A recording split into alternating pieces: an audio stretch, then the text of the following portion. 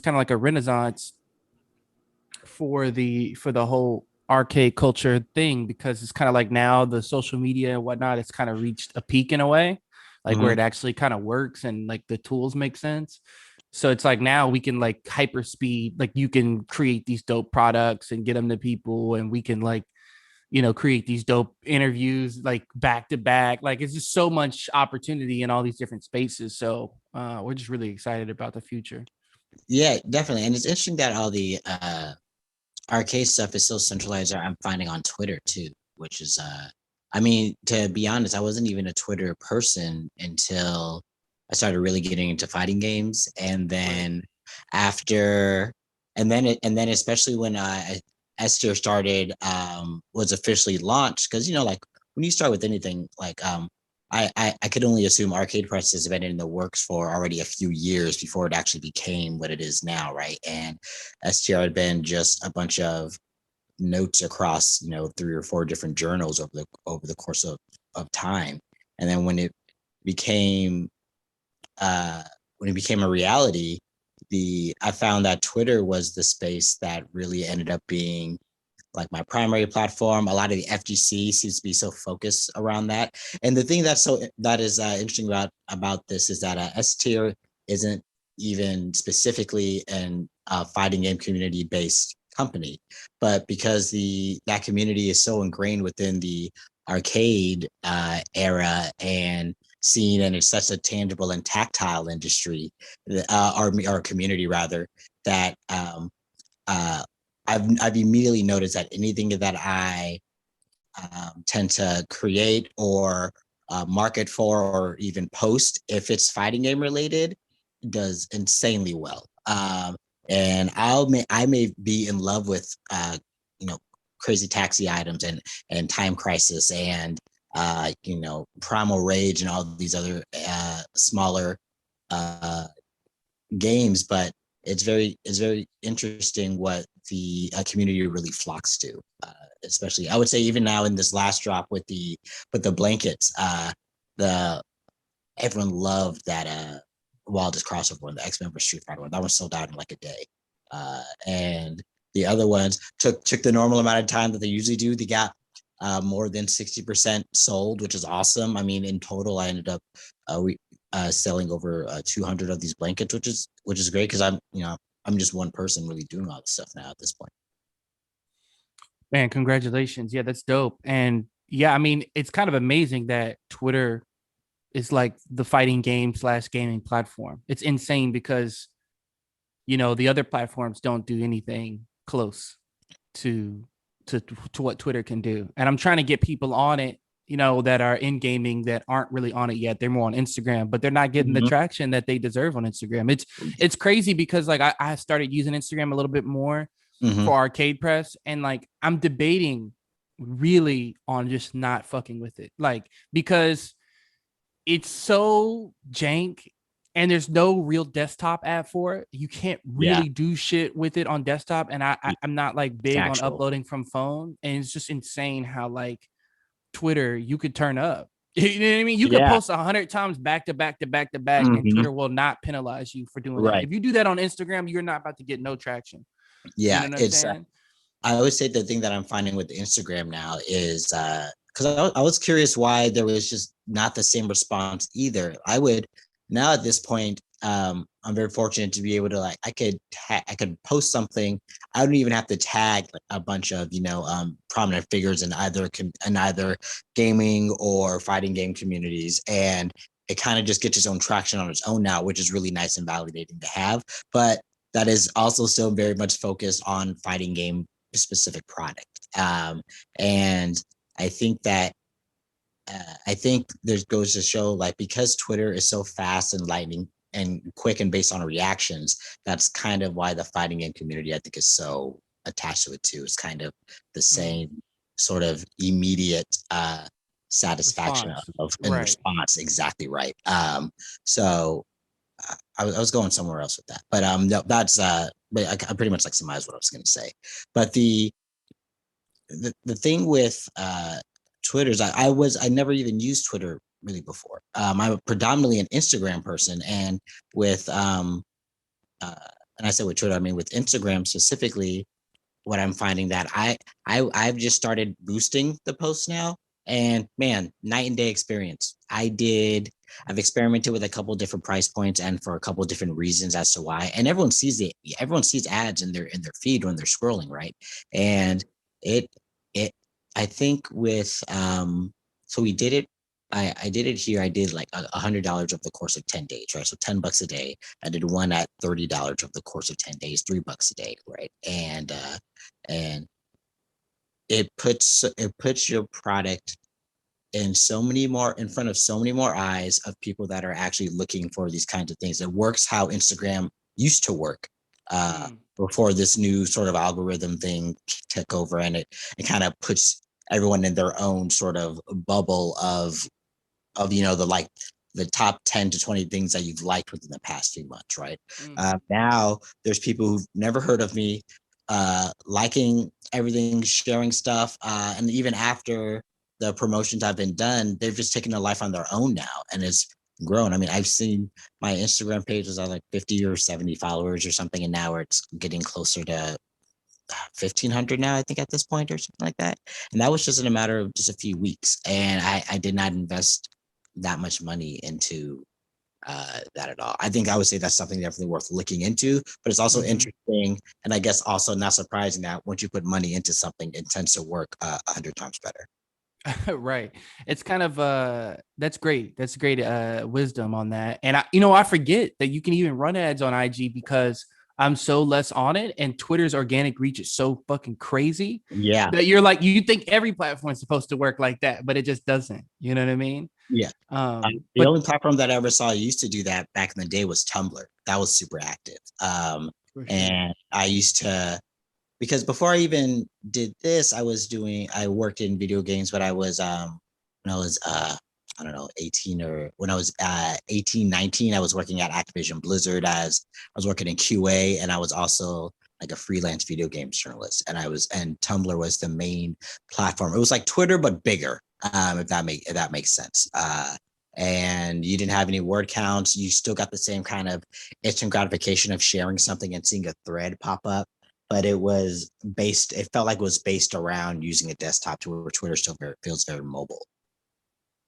Right. And then it had that reblog feature too. So it was Yeah. easy for somebody to just be like, yo, I made this, or this Yeah. person Yeah. made this. Yeah. It was very helpful. And seeing the individuals who also reblogged things was great, because then you could it was very easy to find other people who had like-minded mind frames or just styles, or it's really easy to reach out to people. Uh that was a good platform. I don't think people really use it as much anymore though. Right. Yeah, I've definitely noticed, Tumblr not being as popular, but I think it still has their core dedicated fan base. Maybe you can tell us a little bit about, uh, tell us about S tier, or just tell us about all the projects that you're working on first, and Sure. then let's go into each of those kind of projects one at Okay. a time. Yeah. So I guess we'll start like my main project, like my 9 to 5, is I'm actually a restaurant co-founder in Los Angeles. I have a restaurant called Flavors from Afar, and at this place, every month we change our cuisine based on a refugee, immigrant, or an asylum seeker we partner with, and then we give that individual 5% of the proceeds before we're taking it the profit. So we're always introducing people to different foods from different parts of the world. So just starting tomorrow, we have food from Syria. We just finished up. Uh, we've done food from Haiti and Somalia and Egypt and Lebanon and Kenya, and that's the like my main job. And getting into food was on accident. Before that, I worked in fashion, and I still kind of do that vicariously by working on. I'm a production assistant for a women-led production studio out here. The last thing I worked on was we did Naomi Osaka's website, and the am I allowed to say that? It launched. Yeah, I'm okay. Yeah, Because it's I remember good. we It's signed. I cool. remember we signed paperwork, so I was think about that. But yeah, that was the last thing I did with them, and then S tier has been something I've been working on for a while, just because I really wanted to change the mind frame and the lens of what sort of video game products and lifestyle goods were in this industry. Everything is so novelty based. Nothing's really intended to last forever. It's all very trendy, and a lot of it is never really, like, I would say, like, uh, too functional. And the attention to detail is always so lacking unless you're looking at something like a sideshow collectibles, right? And even then those are figurines and not something that you could actively utilize. So uh, in my experience in working with fashion and with tailors and having like leather apprenticeships and sort of developing an appreciation for handmade goods and stories behind what makes certain products so special. That is really the intention for S tier, is to introduce that to people. I just happen to love video games as well and use that as the vessel for it. But when people see like a Marvel 2 rug, right, or Time Crisis or Crazy Taxi, is excited that they're stoked for the property, but the main takeaway is that you're now seeing something that's completely handmade from scratch. The quality of the product itself is different. The type of material is that's used is never really used in a massively produced version. When I'm using New Zealand lamb's wool for those, and the uh, the attention to detail and the dedication to the craft of how the products are made should, over time, I mean, it's a new company, right? I'm not saying people are going to pick this up right away, but over the course of time, people will learn to see that if they're going to a store and they see a rug that's based on a property, they'll pick it up and say, "Oh, I know this. I could get a better version of this if I were just like a little more patient and decided to buy a better product as opposed to something that won't last within the next year or so of use." Right. And that's dope, that you've been able to make the series, particularly of the rugs, but, a couple of the other products as well, at such a high quality because it justifies the wait, right? Yeah, definitely. I mean, and I think there's especially when we first had launched. So like initially the Marvel 2 rug, because that I would say that one maybe flies a little too close to the sun, if you know what I mean. Mm, And the I only wanted to sell I only ordered 15 made, and then I was gonna sell 10, 12 of them, keep one for myself, frame one, and give one to like a friend or two, right? And it was gonna be like really tiny, and then move on to something else. I didn't want any, like legal trouble, and I didn't want but I wanted to create something that I've always wanted, but also to uh make something that people I know would love in this community specifically. And then the free MVC2 movement happened. I didn't know that was even going on. I wasn't incredibly active on Twitter all the time, outside of just posting on S tier and then getting off of it essentially. And I would reach out to, you actually interviewed him a while ago, Ryan, NBA Jam, the book.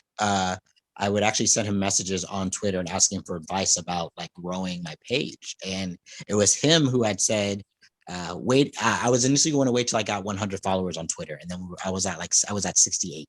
And around the time he had said, waiting does help, but also just posting it will have your page grow because people are going to see just what's coming up. So I put up those pictures, tagged a few folks, did the appropriate hashtags, and then I think I just went to bed. And then I woke up and we were viral with like 1,300 retweets or something like that. Maximilian had said he wanted 10 of them. Just as long I commented, Tasty Steve, Mark Mann, all these developers, people at Xbox ID, like it was written up in Polygon, Kotaku, Game Informer touched on it. Like it was just the first time experiencing the rapid and uncontrollable growth of the internet, and seeing what an influx of demand can do to a small company as well. Of when at that time I had a friend of mine, he was helping me out with some of the social media, but he works in music for one of the artists at Top Dog Entertainment. And now that life has sort of picked back up, he's more busy now, and now it's back to me doing everything on my own again. And even at that time, uh, he was the one who had told me that Wario 64 had even retweeted the thing. That's right,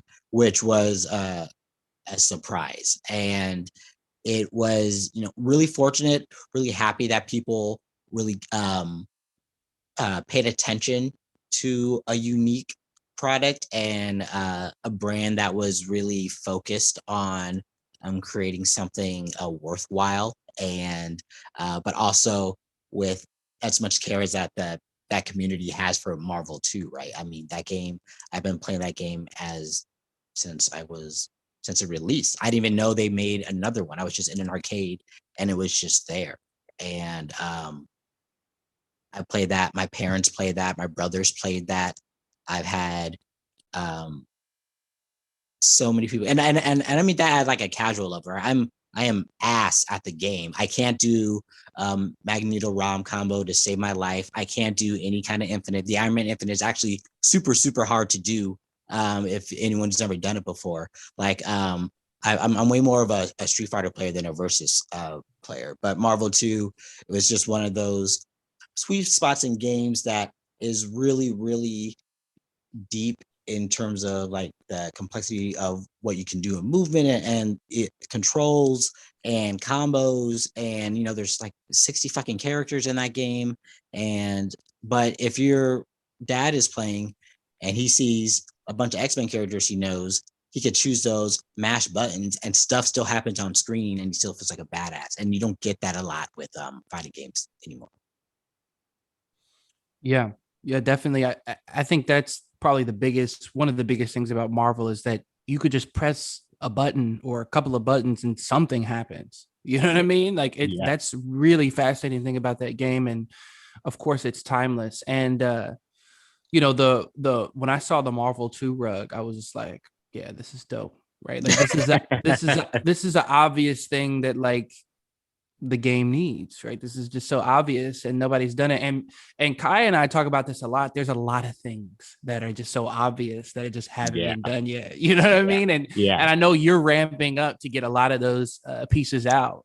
There's I mean, so not, I'm sorry not to cut you off, brother. I'm sorry No, about no, no, that. go ahead. No, no, no. It's all good. It's There's your like, interview. so I'm literally having hey, it's our interview, man. We're a family here.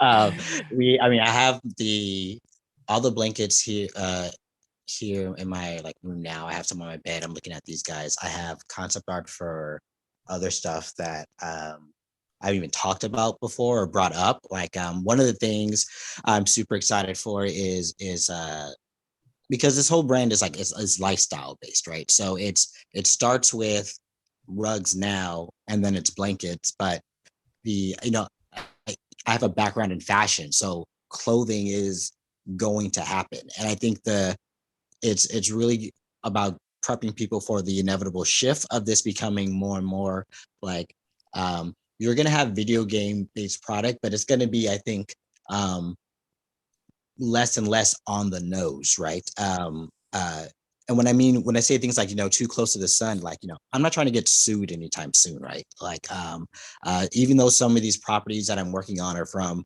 the the mid 90s, late 90s, and I'm using images from ads in Japan or Europe from artists that don't have legal ramifications in this country, right? I've done research in that regard, but there's Disney owns everything now, and I'm not trying to fuck with that mouse, to be honest. So a lot more things coming up are a lot more uh what's the term? Custom created, right? It will still be Marvel 2 based product, but we're gonna actually have them drawn now, right? We're not using exact likenesses. I think that's why I like the rugs are so good, because they're handmade and they look like the characters, but they're quote unquote not the characters. Does that make sense? Mm, mm. And long term, I mean, I would love to eventually get things officially licensed and really be able to be on a level of like what brands to look at that are in the sort of same field as me. Is like what you have brands like Hypeland, Collegium just released like Discord shoes, which are looking really great. You've got Bait out there doing great stuff, and getting to using all those brands as points of inspiration for of where a sort of video game based companies can go, or like even companies like 100 Thieves, right? That's at a completely massive level. And there's and those are great points for reference of where a company like this can go. But taking from all of those, I feel like I'm doing things maybe just a little bit differently. I'm focusing on, I think, maybe different attributes of what I want this brand to do. And I have no problem, taking my time until it gets to that point, because I have a buddy of mine who he always says with a slow spirit. And I think there's like a lot of truth to that, just paying attention and taking in what's really going on. Because now, as much as I would love to make um, different kinds of product based on different kinds of properties, I would be a poor business owner to not make more fighting game stuffs and sort of shift the brand to that direction and drop other things intermittently between that, right? Like as much as uh, I think the the brand is growing, I think, quicker than I even anticipated it to. uh I'm having to like adjust really quickly while also managing another business and working on other projects on the side, and it's actually been really exciting to do. Right, right. Man, that's dope. One thing that I've been thinking about recently as we've been ramping up on our side is that like it seems like and you have a lot of experience probably in this because you already have a successful restaurant business, which I saw that you've won some awards like best in LA or something like that. Can you talk Uh, about that? yeah. Oh, thanks. Yeah. So most recently, we just made the list of 101 best restaurants in Los Angeles by the LA Times, and we've been open for just shy of 2 years. I was just on a panel as well with for Grubhub about restaurant industry trends coming up with Gail Simmons and Nama of BK Lighthouse out in Brooklyn, and Love it. Ponte Life, which is a great Puerto Rican joint out in, I want to say she's in Chicago. And there is, I mean, with these first 2 years of restaurant life has been pretty wild. I mean, Ellie Magazine and Brian Seacrest and KTLA and Bon Appetit and Food 52, and we were on KCRW. I had a hour and a half long conversation with Bill Addison. And if for people who aren't super into food, Bill Addison is like he is like the goat of LA food critics. He If there's anyone that you want to be recognized with, it's this guy. And um I'm not even sure how I ended up on a conversation with this man. Like he just called one day and was asking for me, and the next thing I know, we're having a conversation, which then led to a two-page spread, physical print in the LA Times as well, with my photo in it. And I don't know, man. That there, the restaurant life has been probably the biggest skeleton key out of any industry I've worked in, out of fashion, out of working with mentor influencers, out of working in the video game industry. The food industry has opened up every single door. Everyone's got to eat. Everyone's really excited to hear that you have a restaurant. And then the if you have a social enterprise angle with it and really delicious food, the type of people coming through your doors are uh, so incredibly connected. Like I did not anticipate any of this happening. From to put it lightly, selling chicken, right? So that's that has been that has been a really new and unique journey that I'm I've been really happy to have partnered with my business partner. And So, do you cook? nope, I'm just a more like a thought leader, and I run several businesses. I've done social enterprise work that has been mission based before in fashion as well, and yeah, I kind of fell into the food industry. I mean, on accident. I mean, it was pitched to me, and I'm good at just connecting and sourcing and curating. And now we're here. Wow, man, that's an amazing story. And so, yeah, I mean, that's incredible. So you know what good food tastes like. That's how this works. Absolutely. I mean, the thing is about food that's so great is that it is really truly the biggest cultural connector. I mean, the amount of countries that cook similar things and call them the same name and have no idea that create the same, they don't even know that they make the same thing, or the fact that if you've never been to a country before and I give you food from that country, your immediate perception of everything about that place is incredibly positive, and just as much on the adverse too, which is um, which is just as unique and harmful. I think it's food is such a delicious and exciting, and for some people, it's really scary uh, and a wonderful art form that I think like it.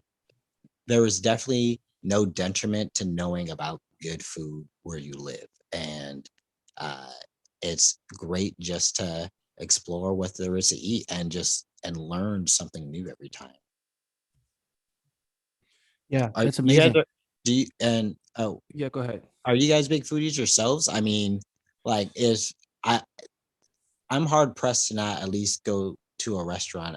I try to do like once a week is I think responsible. But I mean before COVID, and I would say even more so when I was working in fashion, food was always there too. And then because it was just like menswear influencers is it's also more lifestyle based, right? It's not just suits and stuff. It's cologne and cigars and whiskey and Right. nice restaurants. And there was the amount of free food that I got from with my intention of working just about uh fashion and clothing and menswear specifically was also interesting too. And finding that there's people who are like leather craftsmen, and though they make bags and chairs and couches, they also make super bougie aprons for high-end chefs. And that's just more of an intersection to show of like how much food kind of intersects with so much stuff.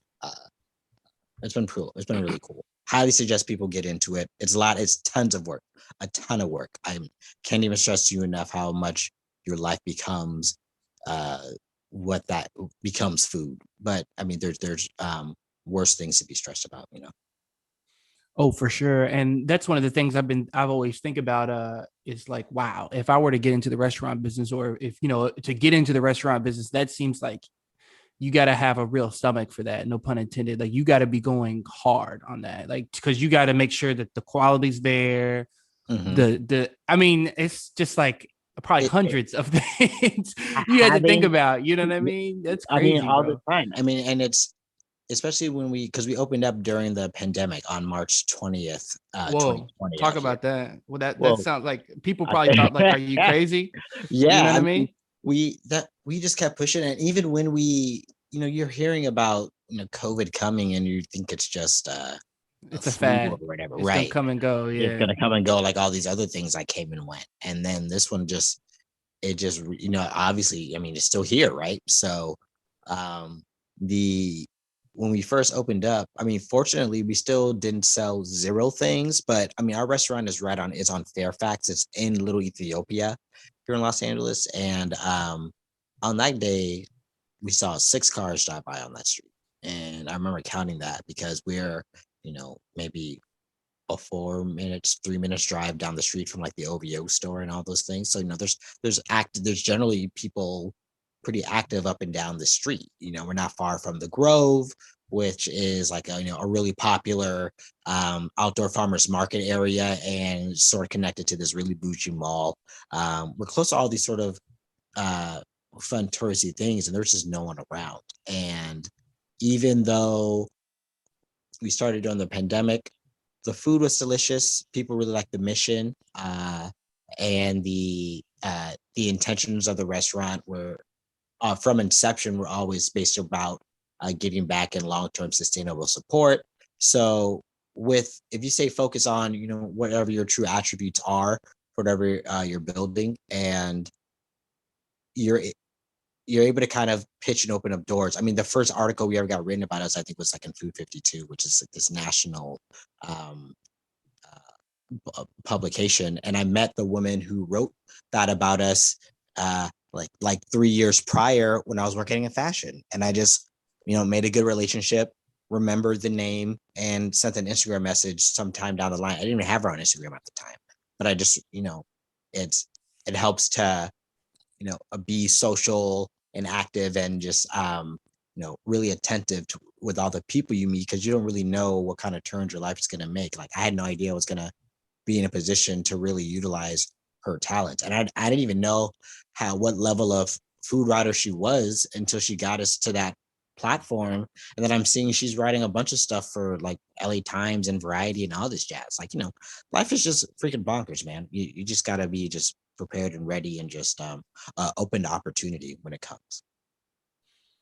Yeah, man, that's amazing. It's a lot of what we've been thinking about as well. And just one thing that you touched on earlier was the kind of like the slow soul sort of thing. And it seems like when you're an entrepreneur or when you're starting a project, you think, okay, I'm ramping up, so the tasks are going to come in and the Yeah. workload is going to come in. But in a Mhm. way, in a crazy third eye way, it's like actually just slow it down. Does that Yeah. make sense? Like don't wait, like don't postpone, don't stop, but Right. like don't speed up either.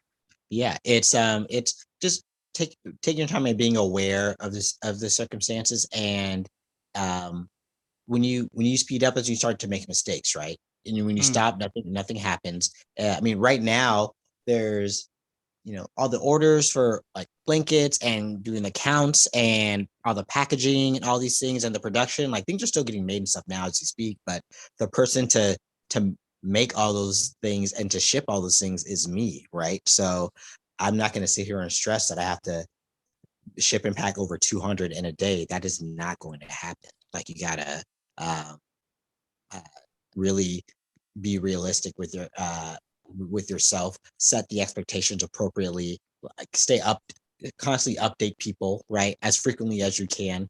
And then because for me, I'm only assuming for you, like this isn't my full-time job yet, as I already told you. And even with the restaurant, I still have other jobs too. There's Everyone does so much stuff, and I think there's so much people put so much pressure on themselves to do everything so perfectly all the time.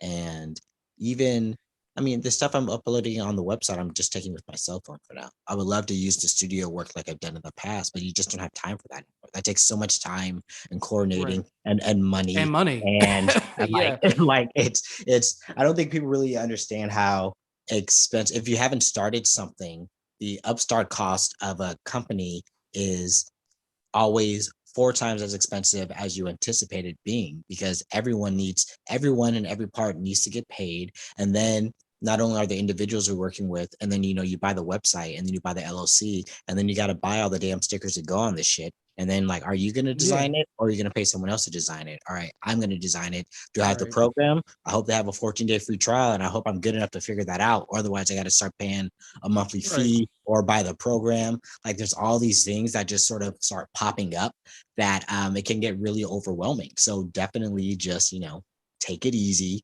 do a little bit each day, and the thing's going to get done. I've been working on this brand for a few years, and it's just starting to it just started to actually exist. And but because I took my time and worked on it in a few years, I'm getting positive results, right? I took the time and found incredible vendors who make who care about rugs, right? Who, when I speak with a bunch of people and say, this is what I'm looking for, this is the detail that I'm wanting, this is the experience that I have, and I'm getting samples or I'm buying from other brands that I'm seeing. That's another big expense is research and development. Right. Before I even made my first rug, I bought let me count 8 other rugs from different brands over the course of like a year, because all them things are expensive. They come from different parts of the world. They're from the anywhere from the range of $200 to $400 for each one, right? So I'm not buying 3 or 4 of those at once. And you get all those just to see sort of not what the competition's like, but just what what are people What's coming out to there? expect? Yeah, like it's never about beating or competing with anyone. There's plenty of room for everyone to eat. It's definitely should be always more about community over competition.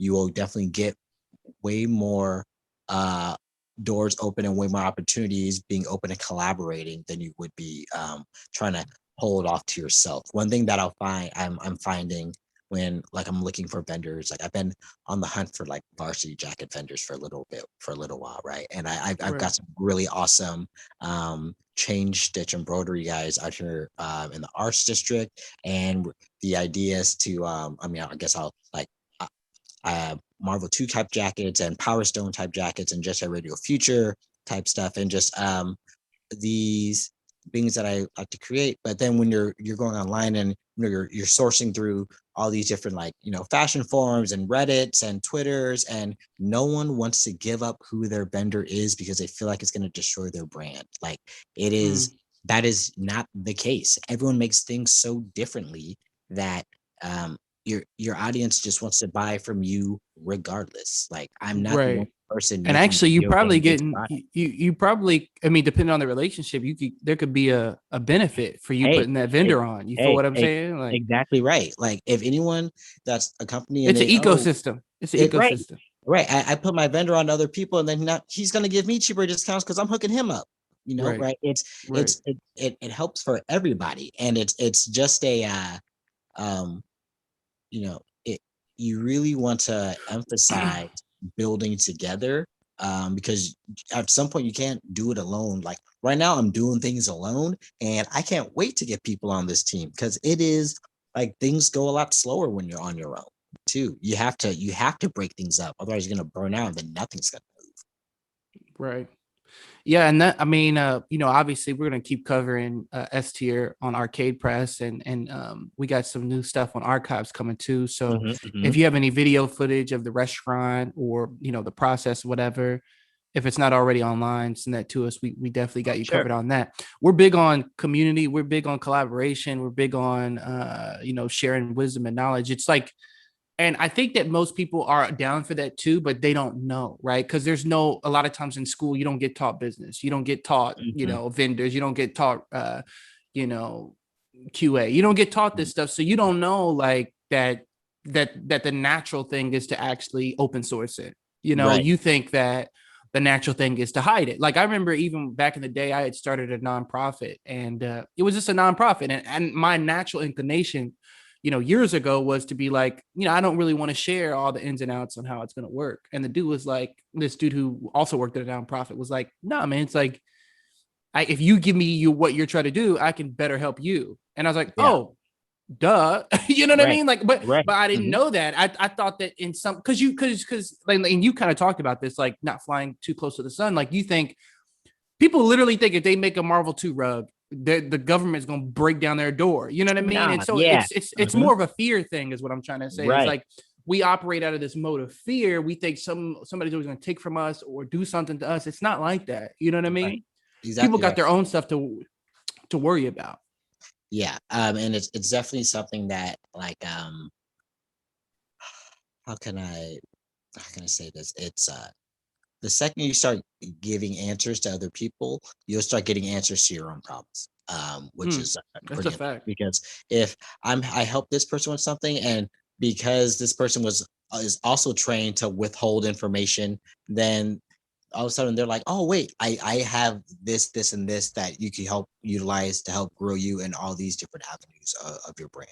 So it's uh I can't stress it enough. I mean, that's how the restaurant even made it through the pandemic, was collaborating with people and having pop-ups and um going into your own backyard and finding people that were growing with you at the time. And then once you got an opportunity to sort of expand a bit, you didn't forget about them, right? You went back and said, hey, you're really good at this, let's do this together. And then it seems like it's like I'm beating a dead horse, and it feels like everyone has said this before, but not everyone, people still don't do it. And i'm i'm Mm, I'm currently living uh proof of it because I'm very aware of it as it's happening. I watch something change every day. Like I went from watching my Squarespace um freaking traffic go from zero to like 15,000 views in a day of people just looking at stuff and sending me emails and just having actual website activity, and then being overwhelmed with customer service emails, right? And then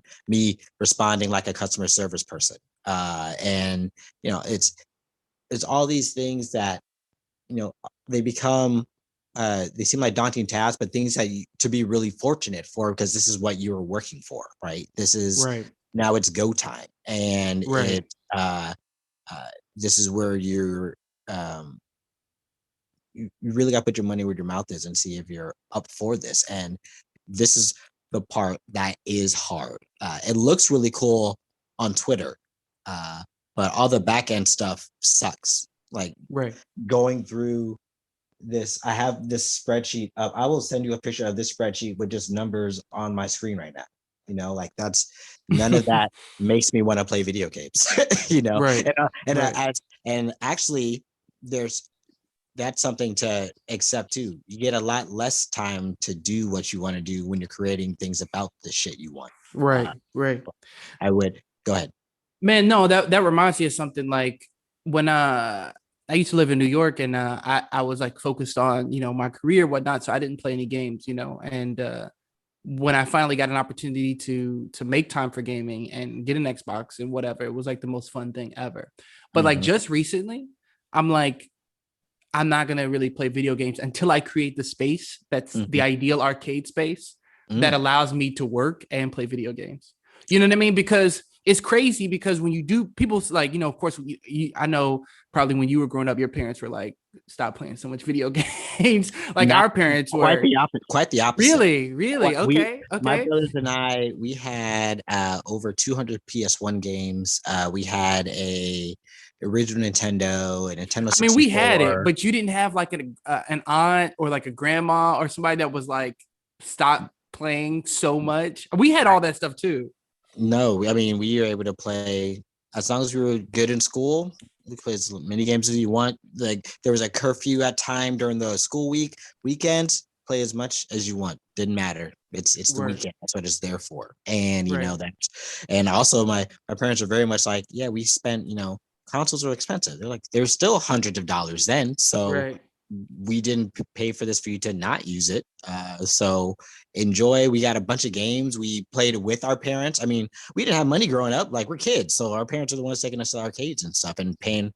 It's funny that so many times like my memories of the arcade, I always say like, yeah, I wasted so many quarters in there. I spent so much money. Like I didn't spend any money. My mm, parents spent all this money. I was a, mm, I was a child. And when I'm like, I'm 32 now, 33 in the next like couple months, and going in an arcade for me was uh prominent enough because like my hometown is Palmdale, California, it's up north, and that was high desert, not a lot of, you're really kind of disconnected from the main city, so you only ever had access to like really cool arcades whenever you came down, like we visited family, and then we always made sure we hit up something out here, played whatever games, and it would be like a 4 or 5 hour ordeal. Like, oh, we're coming down. Great. This is where we're going to be for a while. And we're going to play everything for as many times as we can, get our fix in before we go up to the desert where, I mean, we were able to see like this all the stars at night. You didn't really have, the freeway wasn't even completely built out there when we were living out in Palmdale. So like it's just a super small town. right, And then eventually, the internet was created and cell phones became a thing, and we kind of got a little bit of what online was, like the Sega Dreamcast, and we had a Philips CDI as well growing up. It was fun, but it was a shitty console. That was something that Nintendo and the electronic company Philips made something, and they have a couple really unique like Nintendo and Mario. Mario and Zelda games on there. One particular is like this Mario game. You're just going up these elevator chutes and trying to just make it up these different layers to catch catch Princess Peach. Its format is almost kind of like the original Donkey Kong, but it's shittier. And then the The Zelda games are probably two of the worst games that were ever created, and we had those Right. guys too. Right. And I mean, from the voice acting to The the animation. script to the animation to the gameplay It's rough. itself, like just a terrible system. But I like, but yeah, fortunate enough to have parents who were just like really encouraging for most anything we wanted to do. You know. Well, that's fantastic. We back in my day, we had all the consoles and stuff, but like maybe we would go over a grandparent's house or we would go over like an aunt's house and like we wouldn't even like say hi. You know what I mean? First thing Right. we would do is go back to the Super Nintendo and like Right. turn on Killer Instinct, and it's that from like 9 a.m. to the in the morning to like 10 p.m. at night, like straight. Beautiful. Sounds You know what I sounds mean? magnificent. Sounds magnificent. Yeah. So they would always be like, you guys need to go outside. Y'all are kids. Y'all need to go play basketball or football. We'd be like, Fair. another Fair. match. You know what I Yeah, mean? but But yeah, it's like we got to play these games. I mean, and even also I'll say even in that same vein, we played a lot of games, but we also went to Laker basketball camps growing up. right. We paintballed, football at the park and stuff. I was big into professional paintball. We only ever Dope. I competed like once or twice because it was such an expensive sport. Yeah, And you got to pay for all the paint. yeah, I mean, okay, so it's like it was like $45 a box for a box of 2,000 paintballs, and then a standard X ball match or speedball match, you're gonna go through like 2,000 paintballs. So Right. you know, it's just something that wasn't like super accessible. So that ended up becoming not as frequent. And then that's when esports kind of started picking up, becoming a thing. And then I played like Halo 2 competitively a lot and Halo 3 competitively. I was a coach as well. We got fourth place at this tournament. It was the 1 year E3 was canceled.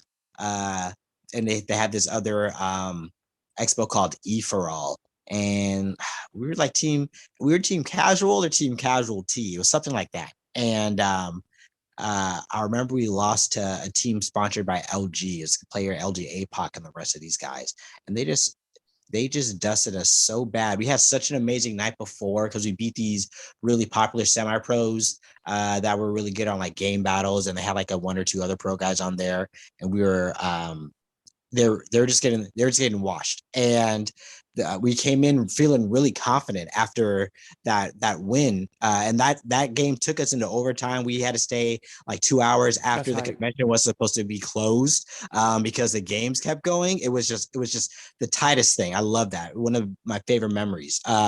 And the next day we come in, we sit down, LG APOC, the rest of the LG guys, and it's like that shit didn't matter. I Mm, mean, the amount of just defeat that my team had after the first game, like I didn't know where it came from. Like, and it was, I think it was it might have been a best of five, and that took, I don't know, it was Halo time. So best of five from these guys, maybe 35 minutes. Like it was a complete dusting. We just were not ready for it at all. And we're losing so bad that I couldn't even coach them better. They had answers to everything. It right. was wild to see. You know, I don't know if you ever gone up against like a professional player like in Street Fighter or Marvel or anything like that, but it feels like blocking just doesn't work. Like you have to Yeah, it feels like the really game's broken. right. It's so bizarre how like you Yeah. could feel prepared. You say I study some of my frame data. I watch his videos. I seen the Twitch. I know he's gonna do this. I am ready for everything Yeah. Justin Wong is about to do. I was one of the 300 people who lost to him when he started his Guinness Book of Records at that Damn. E3. And I remember I hit him once in one mat round, twice in another, and it felt like he let me do it just so I Right. wouldn't. But it feels amazing when you get that hit, right? Yo, You're those like, two yeah, jabs. you know what I'm saying? Yeah, It's man. about to be over. The tide's It about to was turn right here. Yeah, bro. It's it was crazy. it's pretty terrifying to get just steamrolled like that, and it is it's like it's nothing for them, and it's just so fascinating, especially during the Halo 2 era. I remember, and this when I was competing more, we ran scrims against. it was like a mixture of other pros, so like Ghost of Yami and Fallacy and Fear itself, and I think Gandhi was in that. I don't know if these names mean Yeah. anything to you Yeah, guys. yeah, yeah. Oh, for Okay, sure. For sure. the I remember, Gandhi's working on a road company now. I don't know if he's right, still like super on it, but that that's game's right. dope too. Yeah. Is that still active? I remember kind of liking I how the controls felt. It felt tight, but I don't know if it's still like as popular as you'd hoped it would be. it wasn't, but I played it about a month ago. It's a ton of fun. I mean, I Okay. don't know what I don't it's not perfect, but Hmm. it's a dope concept. It's Yeah, definitely not like any other, shooter out there, but it could just take continue. time. I mean, Warframe took a couple years before it became, that Yeah. multi-million-dollar seller, right? So as long as developers keep supporting games, there's always a chance. But um, yeah, I mean, I remember playing those games, and I was in college at the time, and it became between doing my final and playing these scrims, and I definitely was the final definitely lost that night because I wanted to, test my luck, right, and see how good I was, and that was. I mean, a washing of a different sort. I mean, we had a one or two close rounds of like losing 50 to 48, and I went positive. I got a couple good snipes in here and there, but it was just being crossfired by a bunch of pros. Like you take a step off of a platform, and especially on like a level like Warlock, I remember going off spawn, jumping, hitting top shit. I want to say it was top green was the color it was, and it was like an instantaneous death. It was Mm-hmm. and then we were just stuck in the spawn point for like 15 kills before we even got out. And it's interesting how in real life you're scared to leave the spawn point too. It's like they're really there in the room with you. It's man, it's just so fun to really see how skilled people can be at certain games. Yeah, man, those guys, they study it on another level. Mm-hmm. It's like that's like their job. You know what I mean? They Yeah. jump into that virtual world like Ready Mhm. Player One. You know what I mean? And it's just Yeah, yeah. fascinating. I've been lucky enough to play a couple fighting game tournaments and playing a couple Halo tournaments as well. And Halo, it was Halo 4, so it's a little bit after the Oh, Halo yeah, 2 yeah. era. A ton of fun. Did they still have You those jetpacks and stuff then happening? That they had a lot more Not on 4. equipment in them. No, Not four. Four is a they bit did more have grounded. equipment. Okay. They did have Okay. equipment, but it wasn't jetpacks. Okay. But it was a solid game. That game was more about they had a what was the gimmick in Halo 4? Loadouts. I mean, I Yeah. know Reach had loadouts too, but like Reach had it had the armor lock and Yeah. jetpack and sprint. Like sprint was built in on Halo 4. So everybody had sprint, but then you would get maybe like a thrust, thruster move or Right. whatever. Right. So I Right. imagine you don't have time to play Halo Infinite these days, do you? I have at the like if I want to play, it's sort of like okay, I'm forcing time, and I'll be up until like 2 or 3 in the morning because that's when I'm gonna be able to play. Right now, I'm Diamond 4, I think, and Same, I think. and I'm just like, and I was so upset, dude, because when I started, I was just running solos, and I had friends like here and there, but some of them weren't like super competitive playing. So I'm over here going. I remember this one game. I was so upset we lost. We went like I went like 35 and 18 or something like that, and it was like CTF, and there's so many times and there's like 3 dead and nothing is moving from the flag. It's just endlessly frustrating because my background is competitive gaming, right? So a lot of losses that were not deserved, but working my way up. My baby brother, he's actually very good. He's always been super good. He used to play Gears of War competitively, which in itself was already like just a different kind of competitive shooter. Yeah. And I think he's in Onyx. I want to say he's Onyx 18 something or whatever. So he's super good. He could definitely roast me in no time. I like Halo Infinite a lot. I think it's my favorite Halo since 2 or 3 by far. Especially there's one level in particular. It is basically midship, and it's my favorite level in the game. I really like what I played. I wish I could play it just a little. I want to be able to play it more, but I want to be able to play Street Fighter more too. Like I've only been, I mean, I want to go back to Wednesday night fights. I want to be able to. I never got to go to Super Arcade. I want to have more time to do tournaments online.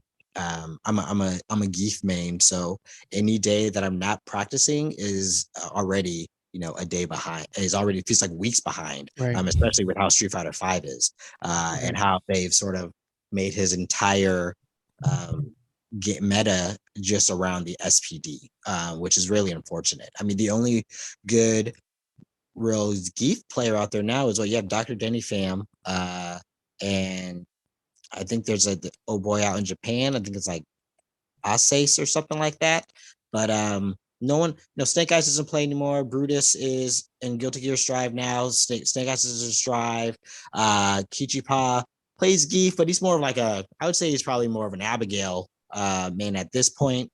Like it's it really sucks that they butchered my boy. I'm hoping he's really good in 6. But there's supposed to be a balance patch coming up soon. So we'll see what's happening. But I'm hoping he's in 6. If he's not in 6, I don't that whatever grappler in there just has better be really cool. Otherwise, like I'll just wait until it comes out. Right. A character I want to play out comes out DLC.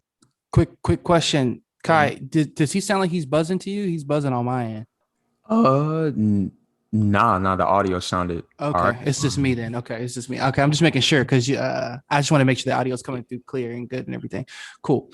Um, one more question. I forgot what I was going to ask you about. I was going to say, man, eventually we got a link because that's what I'm trying to solve. I'm trying to solve this problem of creative people, business people that want to play more games. There's got to be a solution to that. And I think it's like integrating games into our workspace, and into our offices, and that's something that, we've talked with Polycade in earlier episodes about this work that they're doing. That's a And great idea. yeah, that's something that I'm trying to actually build out is an arcade space. And we're seeing, I think arcades are going to come back, and they are coming back in a way. I hope so. Um, yeah, and they kind of have already come back in the form of barcades, et cetera, et cetera. Well, So okay. hopefully, because I'm the same way, man. Like I love doing the work that we do, but then it's like, man, I would love to just put in like a couple hours in training mode on Street Fighter or Guilty Gear Right. or even Halo, and it's just like, but when I play Halo, for example, it's like I got to do at least 4 hours minimum. You know what I mean? Because Minimum. the game is so lit, like you just got to put that time in on it. And the thing that I'm liking about Halo actually is I enjoy even all the more casual game types are actually really fun too. Yeah. And I guess all we ever really wanted was a free to play Halo with cosmetics to unlock like everything else. And like of course I paid the $9 for the whatchamacallit, the battle pass. And it's interesting because I used to never buy those things, but I'm like, I'm an adult It's now and Halo. I could spend $9 Right. as well, right? And you said it right, man. It's Halo. And if I could give a chance to keep the game I love around, I'll definitely do that. But you had said something about space and having time. I mean, in the video having video games in the space you work at. I mean, we had those when we worked at I've even had some offices when they put in arcades and or like a couple arcade cabinets and the or when I worked at Activision they had like an arcade space there and it's cool to see because it kind of fits the vibe of like when you have a pool table in your space. Like you're not going to use you don't use it necessarily every day, but it's nice to have that option of something that is like just a video game to de-stress. That's not the game that you're working on, you know. Um, but I think with arcades, yeah, that's what I wanted to mention. I like barcades, but it's not the same. No, not at all. It's there's people are there. There's too many people there to just go and treat the space as a bar, which is fine. But I'm there to play video games. So if you're just hanging out casually by the thing, I need you to go. Go drink outside, do something else. You're standing in way of the NBA Jam machine, and me and my friends are trying to get it in and put, I hate the fact that they charge you per quarter in that game. That is always been bullshit to me. The but I get the purpose. But I miss when arcades were based on just being about video games and the arcade itself. But I don't know if that's that just might be a utopia at this point, right? I don't know if people really are interested in that anymore. There is a new barcade that opened up out here in Los Angeles, and it's just called Barcade, and I like that one a lot too. But it's and they have a lot of great games. They have, I think, a bigger selection of and variety of arcade games that I'm more so looking for. There's one in the Arts District called 82, and that's and that one's kind of cool. But it's heavy on the pinball machines, which is not a problem either. But the I guess the variety of games are all stick within like Pac-Man Galaga era. You get a Street Fighter 2, and maybe they'll have Simpsons or something. But it's nothing is really hitting like the excitement of fighting an arcade. It should feel like a mini theme park or an amusement park, and that allure is just completely lost. There's no um, uh, there's no grandness to an arcade anymore, which I think is really unfortunate, because that's something that I don't think people really understand why it was so cool. Because now it was like a commercialized arcade. Does that make sense? Yeah, of course, man. I mean, 100%. This is something that I think about a lot, and this is something that I think we have the opportunity to have an impact on, because it's not there in the market right now, and we don't only want it, but in a weird way, we kind of need it, because it's going to really help communities come together and help people, really make fighting games and gaming in general more tangible, not just like an online thing that you do that's going to take up 3 or 4 hours of your time, but like something that like is a part of your lifestyle, right? Like what Right. S tier is doing with product. It's not like just another t-shirt or just another rug. It's like, no, this is actually something you can have for a long time. You can give as a gift, right? Right. And actually, you had hit the nail on the head with, like you said, with like fighting games and other communities. I think when arcades at the time, there wasn't a lot of, video games were still sort of like a niche kind of community. Now it's way more mainstream. Everyone is way more invested in video games, and there's way more there's a lot more easier access points to get into the gaming industry. Now you could have an arcade that you don't need to have alcohol, but you have places for people to stream. You can house tournaments there. You have different brands like Polycade or S Tier or Archives or Arcade Press hosting things and really make it like a video game communal space, right? And I think there's so much more diversity in the industry, and there's all these different creatives. It is maybe just more of a matter of time before um, that sort of perfect storm happens and something like that exists. So I'm seeing it now, man. We're about to be building a new Wonder Eggs like Namco amusement park thing. yeah, man. Like I feel like, you know what I mean? Because just it's not only the work that we're doing, but it's the people behind the work. And that's what Arcade Press is about, is like figuring out who's behind these projects. And every time we're just blown away by people like yourself, because it's like these are not just people who just are your everyday people. These are special people that are doing special work, and they believe in your project, and you believe in them, and what is going to happen within the next 5-10 years. I mean, I just hope that, we're just blessed enough to see it and to be present in it, and to use it to give back, because it's about to be amazing, and I'm glad that you're doing the work with S Tier and Taste from Afar, right? Flavors from Yeah, Afar. yeah, that's right. Flavors from Heart. Thank you for the kind words, man. I really do appreciate that. And it's you know, it's been really exciting to see like the reception is super positive. Even, what I would even say, even the negative reception is great to see Oh too, yeah. because it was proving a point that it's like people just don't know what it takes to make something like this. So like, especially when the the take you for a rug price point dropped, and I was anticipating a lot of people not to like it, but the thing that they're not going to enjoy hearing is that even at the price point, it was at 375 each, it was still undersold for what the value of the work was. I Of mean, course. if something takes 4 weeks to make, you're not going to sell it for $100. That does not make it. Just you can't form a business off of that. So the and it's not even anything to be like upset about, or even react to. It's just, it's you just Yeah, they don't know what it know. is. They Yeah, know what it is, man. Like, you know what I mean? It's like people complaining about the Halo cosmetics. I'm like, right. but fam, y'all buying it though. Well, yeah. I mean, That's one part of it. The other part of it is the game's free. The other part of it is they gotta sell something. Okay, so especially with the Halo one, I'm like, the game is free, so they have to make their money up somewhere. So I get that cosmetics things cost a lot of money, but I mean, for me, the ones that they gave me, I was fine with it. Like whatever. I didn't need to have, the sparkly rose, cherry blossom, whatever.